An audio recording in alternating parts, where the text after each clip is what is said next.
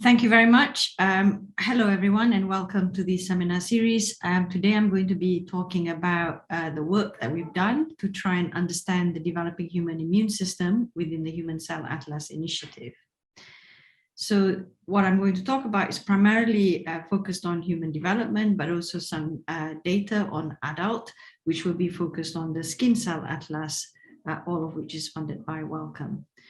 So a bit of background about the Human Cell Atlas. It has an ambitious mission to create a comprehensive reference map of all the cells in the human body.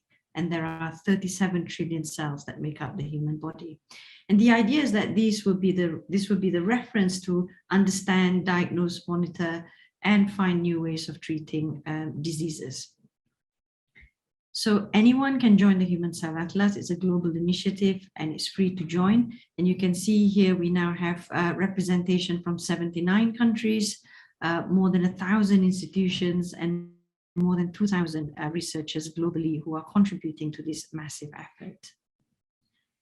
And one of the fundamentals of the Human Cell Atlas initiative is essentially to use single-cell genomics technologies that will allow us to really map the cells that form the human body. And if you were to imagine the human body or tissue as a fruit salad here, the idea would be that you can then use either the gene expression or protein expression to help identify what are the cells that make up this fruit salad and give you a census. And this really has been a revolution primarily from the technologies that have allowed us to measure gene expression or RNA at single cell level. But more recently, you can also combine the measurement of RNA with surface protein, for example, or the regulatory elements of the DNA itself. And all of this done on single cells, and the technology allows you to scale and analyze many thousands, hundreds and thousands, and also millions of cells at any one point. But what is also coming into the fore is the idea that we now no longer need to sort of break apart the fruit salad or break apart the tissue to get the single cells to profile. We can actually probe these single cells within that tissue, or in this context within the fruit salad itself, with a lot of spatial genomics technologies. We recently outlined how we would use these technologies, how it would come together across many disciplines, including the biological sciences, computational, clinical specialties, and also technology method development, to really use these cutting-edge single-cell technologies to understand what are the composition of the human tissue, not just from the cells, but also really how they form the tissue architecture, and at a bigger scale, the organ itself in terms of the anatomical structures. And all of these are going to be critical data sets which will be integrated alongside the metadata relevant to the tissue that's being analyzed. And we outline how we would use these technologies and working together to achieve the developmental cell atlas, which was published a few weeks ago. And this was a combined effort from many researchers across the globe who were part of the Developmental Biological Network. And what can we do with this atlas? So these are the sort of types of information that we'll have in terms of the cellular composition, the interactions, the molecular mechanisms. And you can then use these types of information, such as cellular programs, to then better innovate. How can we build organs from stem cells in a more faithful way that recapitulates the in vivo organs? How can we engineer stem cells that are used in therapy so that they can actually perform better as a form of treatment, and also using this reference information to identify what could be potential therapeutic targets, particularly in childhood diseases. So the Human Cell Atlas initiative really approaches the problem in a completely different way. And I've done this analogy of like how one would build a shard, where you'll have many people and many groups working on one project. And this is slightly different to how science has conventionally been done, where you have one person or one group kind of working on individual projects, and they all come collectively together to form the bigger picture. But to do something like the Human Cell Atlas really requires a different type of infrastructure, a research framework, people coming together to kind of like work as a team and using the cutting edge technologies, and the ability to then disseminate the data that has been generated so that it has broad utility and applications for human health and benefit. I'm now going to focus on the specific research relating to the developing human immune system. And as I describe the research, you'll be able to see how, coming together as a group of researchers working collaboratively and as a team science has allowed us to construct the framework of the developing human immune system. This is quite a complex process that occurs across many organs and across developmental time. The first progenitors that are capable of making blood and immune cells arise from what's called the yolk sac, which is an extra embryonic structure. Thereafter, you have the hematopoietic stem cells themselves, which are then made in the aortogonad mesonephros, or AGM, found within the embryo proper.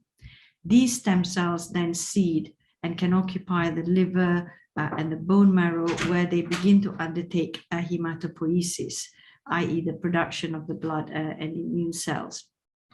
The liver is the dominant site of hematopoiesis from about 4 or 5 post-conception weeks all the way to 20 post-conception weeks. And the bone marrow begins at about 11, 12 post-conception weeks, but really becomes the dominant site of hematopoiesis after 20 post-conception weeks, and is the main site of hematopoiesis following birth. You have the progenitors that seed the thymus and undergo T-cell differentiation. And you've also got the B cells that are made in the bone marrow seeding the spleen, where they then undergo further maturation and differentiation in the form of germinal center formation and somatic hypermutation. And both of those really occurs after birth. You've also got all of the immune cells seeding the skin, the kidney, and various peripheral organs, just the gut, the lung, and where they then form the immune network surveillance of those peripheral organs. So all of this is exquisitely coordinated across tissues and time. And these are some of the publications that we have actually put out for the community to relating to the respective individual organs. And all of this research has been made possible also because of the human developmental biology resource that's available or existing in the UK, funded by both Wellcome and MRC. And the ability to kind of like study many cells at scale across many organs allows us to then reconstruct the immune system, not just as individual cell types or individual lineages, but as a collective, so that we can begin to understand the emergent properties of the immune system, whereby the whole is greater than the sum of its parts, as illustrated by this migratory bird pattern. What I'm going to do is focus specifically on our recent work, which is looking at the development of the blood and immune cells in the bone marrow. And I'm going to contextualize that in relation to how the blood and immune cells develop before the bone marrow, i.e. the liver, which we described back in 2019, and also how this relates to the development of T cells in the human thymus. And as I said, this is very much the coming together of many disciplines. So here we've got immunology, hematology, developmental biology, and bioinformatics, and work across many, many individuals collaboratively. All of the data sets is available through a web portal that you can browse. And here's the portal site, developmentcellatlas.ncl.ac.uk. And these are some of the things that you can do. You can probe for the gene expression of the cell types that you're interested. So for example, this is the gene that encodes for the protein CD20, which is expressed on B lineage cells. You can also look at the metadata associated with it. Another way of visualizing this data or browsing this data is by looking at the gene expression for the specific cell types, which again, you can type in the gene that you want or a list of genes that you want, and it will show you the expression of those genes in the individual cell types.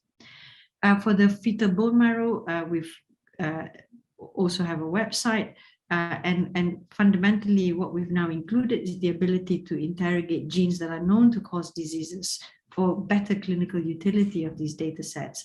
So any gene that has been implicated in inborn errors of immunity or childhood leukemia can be browsed in this data set, whereby you click and you can actually see a drop-down menu which allows you to search for diseases, and you can see the different diseases and look at the genes that are implicated and the expression of those genes in the data set. So coming back to the science, what we've done is profile more than 100,000 cells of all of these different organs that I've mentioned, and generally looking at donors of 10 or more for these developmental data sets.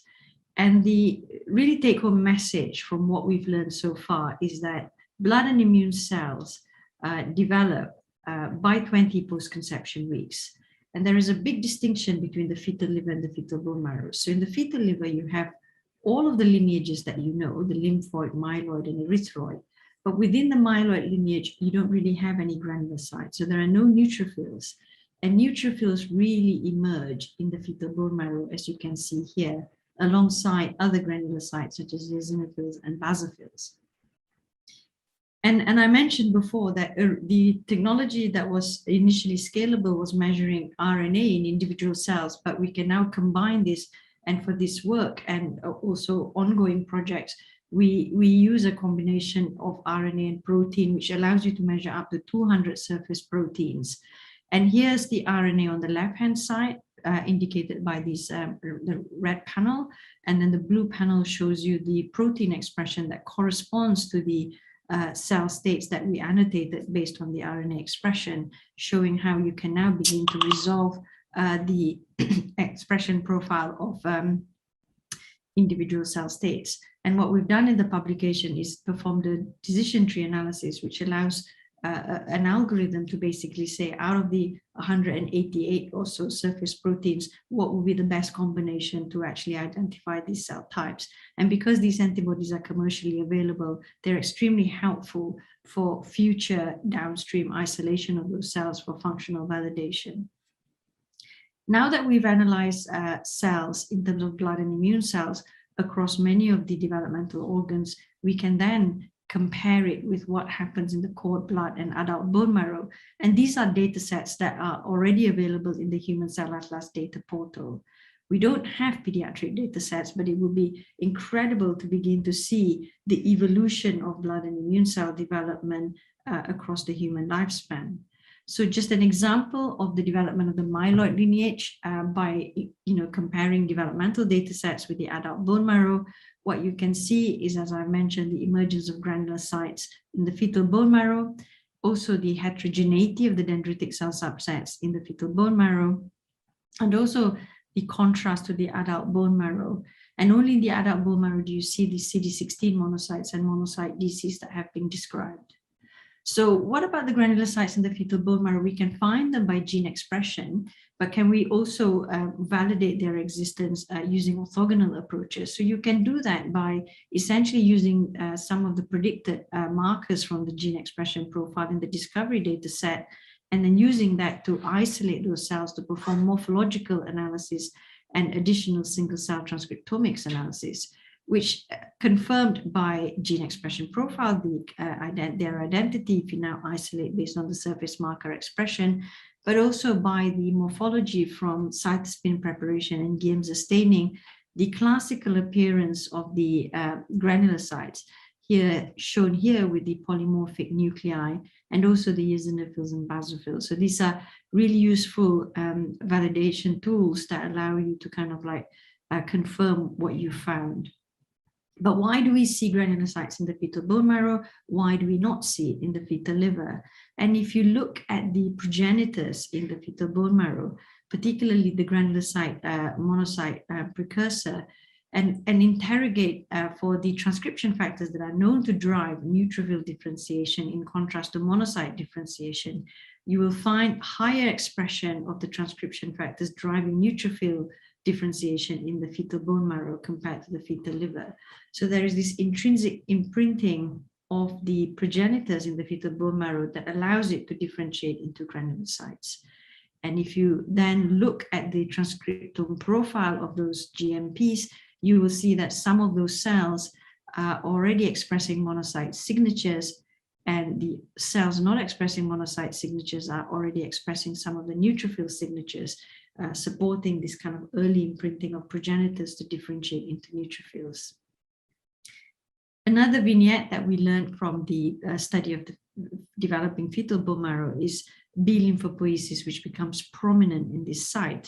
And what you can see is, although the percentage of B lineage cells as a proportion of all hematopoietic cells is the same in the fetal bone marrow and adult bone marrow, the composition is very different in that the fetal bone marrow primarily has pre-Pro-B, Pro-B, pre-B cells, progenitors of the B lineage cells, with a very small representation of these progenitors in the adult bone marrow, which has many more naive B cells, transitional and memory B cells.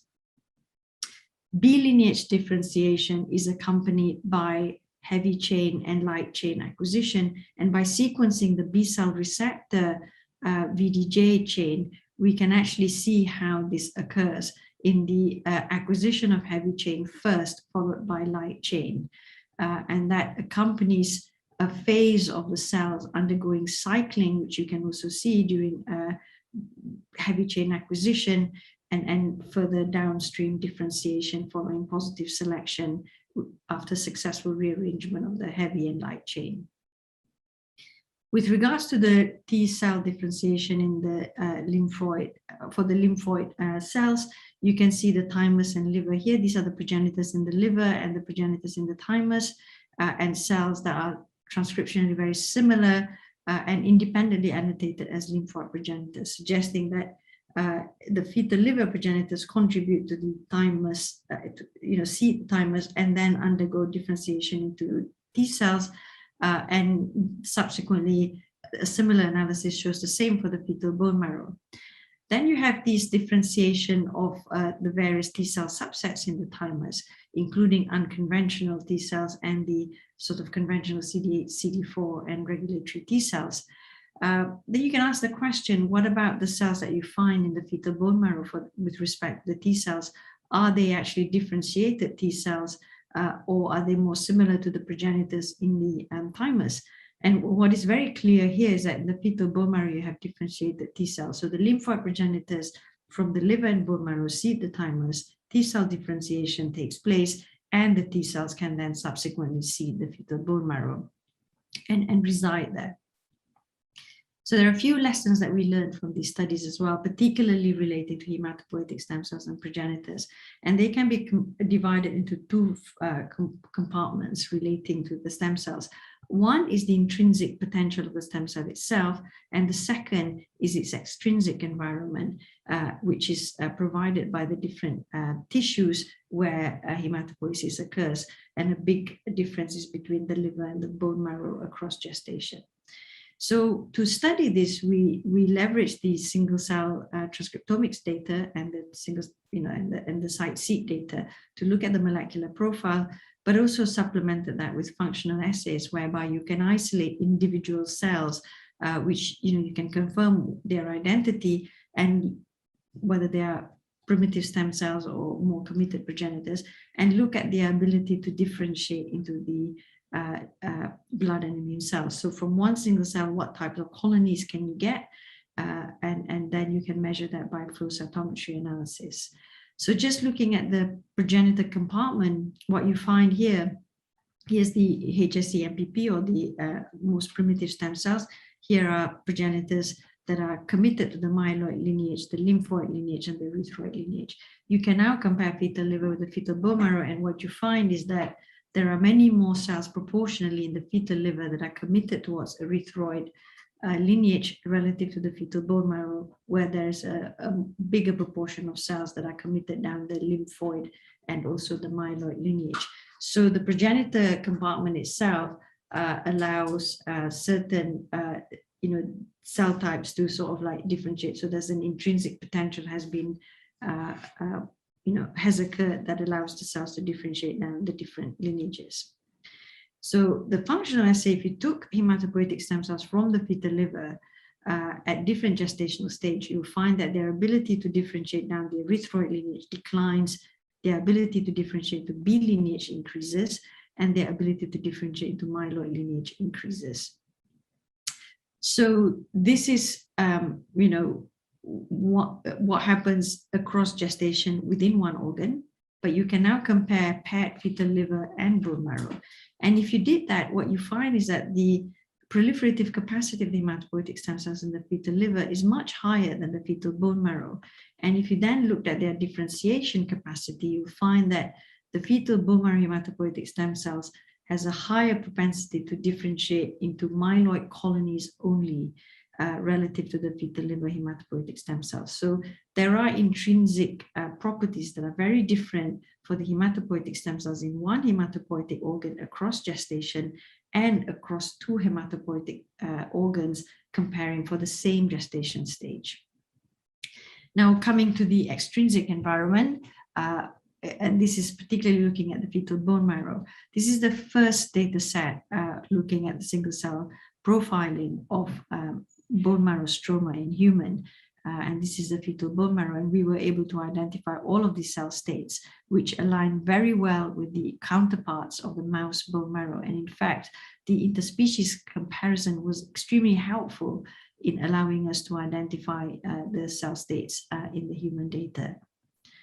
What we were very struck by was the two different types of endothelial cells that we identified based on initially gene expression, which was then supported by the differential protein expression. One was the tip endothelial cells and the second sinusoidal endothelial cells, and these are the genes that characterize them. The distinguishing feature is the high expression of CD34 in tip ECs relative to VEGFR2, and for sinusoidal endothelial cells, the high expression of VEGFR2 relative to CD34. So this is protein staining of the fetal bone marrow, and you can see here these cells that have high expression of CD34 really found in the metaphyses of the bone marrow compared to the blood vessels which are lined by the sinusoidal endothelial cells, which are mainly forming the diaphyses, forming the sinusoidal vessels. And the relative distinct geographical distribution of these endothelial cells lining blood vessels resembles what has been described in the mouse bone marrow of type L and type H vessels in the diaphyses and metaphyses respectively. We can now use the data set to compare the environment in the fetal bone marrow compared to the liver, specifically for the sinusoidal endothelial cells, which are very important for hematopoiesis, and how some of the adhesion molecules, the extracellular matrix, the angiopoietic factors differ, and how this essentially is also recapitulated at the protein level. And this is beginning to give us information of how we can manipulate the environment where hematopoiesis occurs so that we can drive differentiation towards specific lineages that is desired for therapy, for example.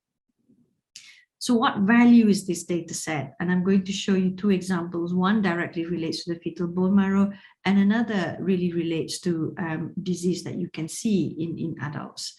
So with regards to the first, we also profiled fetal bone marrow from with trisomy 21, i.e. an extra copy of chromosome 21 in Down syndrome. And these are what the cells look like. And you can then perform an analysis comparing the relative abundance in Down syndrome compared to non-Down syndrome. And there are these characteristic features where you have overabundance of erythroid cells in Down syndrome compared to megakaryocytes and B lineage, which are contracted in Down syndrome. And you can then ask the question, is this because of an intrinsic change to the hematopoietic stem cells themselves, or is it also due to the environment that has changed?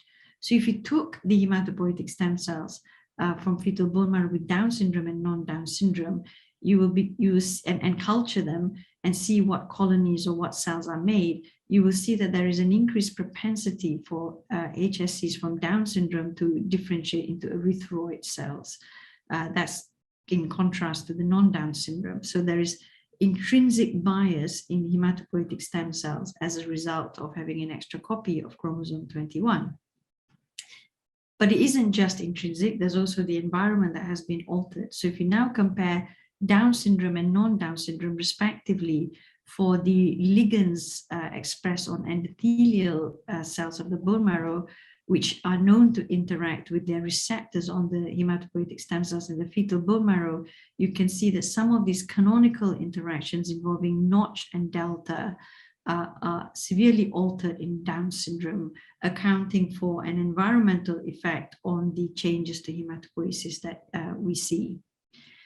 And what is really illuminating is the fact that having an extra copy of chromosome 21 doesn't just mean that genes on chromosome 21 are overexpressed, but it actually affects genes on many other chromosomes and across many lineages. So it isn't a very straightforward case of having an extra copy of a chromosome means high expression of genes on that chromosome. The second example of how this developmental understanding of the immune system is relevant is in the context of adult diseases that we observe in adult. And this was a manuscript that we published earlier in the year relating to the skin cell atlas, and again contributed by many junior researchers and also a collaboration across many investigators. So in this study, we looked at healthy skin from adult and then compared it with developing embryonic skin, and that with two common inflammatory skin diseases, atopic dermatitis and psoriasis. And when we did the comparison between developmental and adult data sets, we were struck by two observations. One of which relates to the vascular endothelium, in that developing skin endothelial cells, as well as several organs such as thymus, liver, kidney, and gut, were transcriptionally aligned and correlate best with one of the three adult skin vascular endothelial subsets. And this was VE3, a very small population compared to VE2 and VE1. With regards to macrophages, it was consistently macrophage subset 2 in adult skin that was transcriptionally enriched with the developmental macrophages, not just in the skin, but other organs. But what was really surprising was the fact that these two subsets of cells that were most enriched with their developmental counterparts were expanded or proportionally increased in lesional psoriasis here and lesional atopic dermatitis compared to healthy adult skin. And this was true for vascular endothelial cells and macrophage too. And because we had a small data set for the disease, we actually interrogated a bulk RNA sequencing data set from a much bigger cohort of 38 healthy, 21 atopic dermatitis, and 27 psoriasis patients, and validated that observation in our single cell data within this bulk RNA sequencing data set, supporting the observation that these subsets that have a counterpart during development are expanded in particularly lesional skin. So what's special about these two subsets? And if you look at the healthy dermis, these are these V3, which has been identified using the antibodies for PCAM1 and SNCG that they express, showing they form these dilated capillaries. They're very similar to the high endothelial venules in expressing a lot of adhesion markers and chemokines. And if you then ask the question, what are the gene programs that are conserved between embryonic vascular endothelial cells and adult V3, we will see that these gene programs relate to leukocyte recruitment and angiogenesis. And that is true for both cell states, which led us to ask whether these two cell types were actually, in fact, interacting. And the one way that you can do this with single cell RNA sequencing data set is to probe for interactions that are predicted by interrogating receptor ligand database, which identified the interactions between CXCL8 on macrophages with ACKR1 on VE3, which we then validated in situ, showing the juxtaposition of these cells next to each other. So what we're proposing is that these interactions that we see, are likely mediating leukocyte recruitment and angiogenesis during development, i.e. to seed the tissue with immune cells, but it's also then co-opted during disease, whereby this program recruits immune cells but mediates inflammation, and that this developmental programs are, co-opted or re-emerge in inflammatory skin disease. What we don't know is how the pathways are regulated and whether this is also relevant for other inflammatory skin disorders, or in fact are more generalized and involved in other immune-mediated inflammatory disorders. So I hope I can show the data that I've presented shows the clinical relevance of such a resource in terms of tissue engineering and cell therapy, specifically understanding how stem cells differentiate, the intrinsic and extrinsic factors that drive them to differentiate into the different lineages, how the reference atlas can begin to understand the changes we see in chromosomal alterations, and also better understand childhood disorders such as leukemias, and also how developmental pathways re-emerge and are co-opted in adult pathology, and this can actually identify new therapeutic strategies. The Human Cell Atlas program more generally has we've had a great public engagement program alongside it. And there's a virtual exhibition, in fact, onecellatime.org, which you can see here, that actually hosts this exhibition. And I welcome anyone who's interested to actually browse this exhibition online. Very briefly, I'm just going to highlight how the kind of infrastructure, the collaborative team science research framework that we've developed was really extremely helpful in helping us understand COVID-19, particularly relating using the expertise that we've got in single-cell multiomics. And the first initiative was to basically for all of the community to come together, use the reference data set and ask a very simple question. What are the cells that are expressing the SARS-CoV-2, the virus that causes COVID-19, entry receptors found, so that we can then understand how infection begins. The second is how we use these data sets to understand the immune response that occurs in patients who with COVID-19, looking at those who are asymptomatic and how that response may be different to those with mild disease and severe disease. And this is a coming together of many organizations and many researchers. And we published this work to show how the peripheral blood can actually be a good surrogate to understand what may be happening in the peripheral tissues, such as the lung, and also the response more systemically in the bone marrow, and how these effects are mediated in COVID-19 across all of the lineages, so that you can begin to understand the collective or how the whole immune system responds to this challenge. And again, the data is available both to browse and also to download for other researchers to benefit from the data set, so that we can make more progress in understanding COVID-19 and identify new ways to overcome it. I'm going to stop here and to thank my lab members for the amazing journey over the last few years. And also to thank all my collaborators. The work that I presented is very much a collaboration with Sarah Teichmann, particularly, who heads the Cellular Genetics program at Sanger, many other CellGen faculty members, and also CellGen IT and research admin and web lab operations, all of my collaborators, and also our funders. And thank you very much for your attention.